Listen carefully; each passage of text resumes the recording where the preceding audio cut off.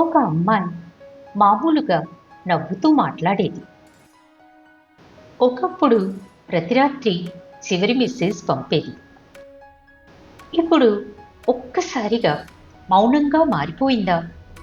ఊహించలేని విధంగా దూరమైందా? ఆమె ఎందుకు దూరమైంది అనే ప్రశ్న కన్నా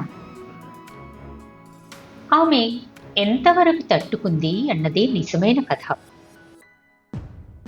ఒక్కసారిగా దూరమయ్యే అమ్మాయిలు ఒక్క రోజులోనే అలా మారిపోరు.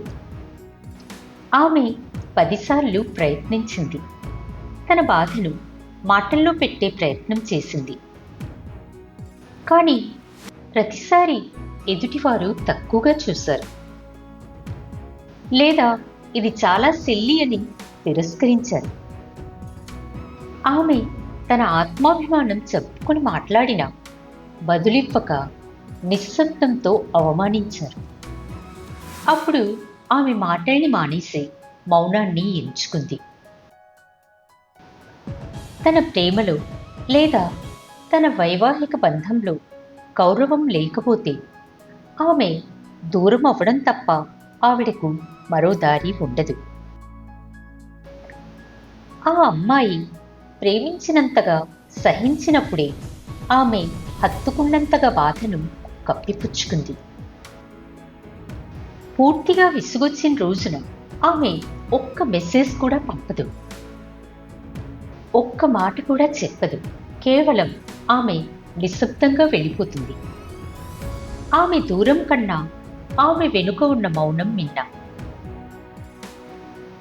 ఆ అమ్మాయి ఒక్కసారిగా దూరంగా మారితే అది స్వార్థం కాదు, కానీ ఆత్మరక్షణ. ఆమె ప్రేమలో లేదా తానున్న బంధంలో దారుణంగా తక్కువైపోయింది అనిపించినప్పుడు ఆమె మౌనం ఆమె చివరి పంచాంగం అవుతుంది. అందుకే ఎవరైనా నీ జీవితంలో మౌనంగా మారినప్పుడు వాళ్లపై కోప్పడకూడదు.